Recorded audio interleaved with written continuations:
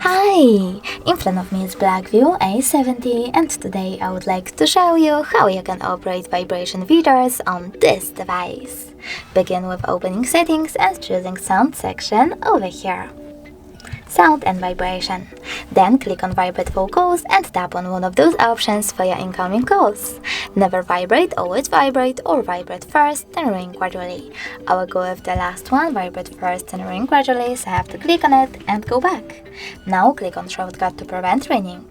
You can switch on or off this feature by clicking on this switcher over here.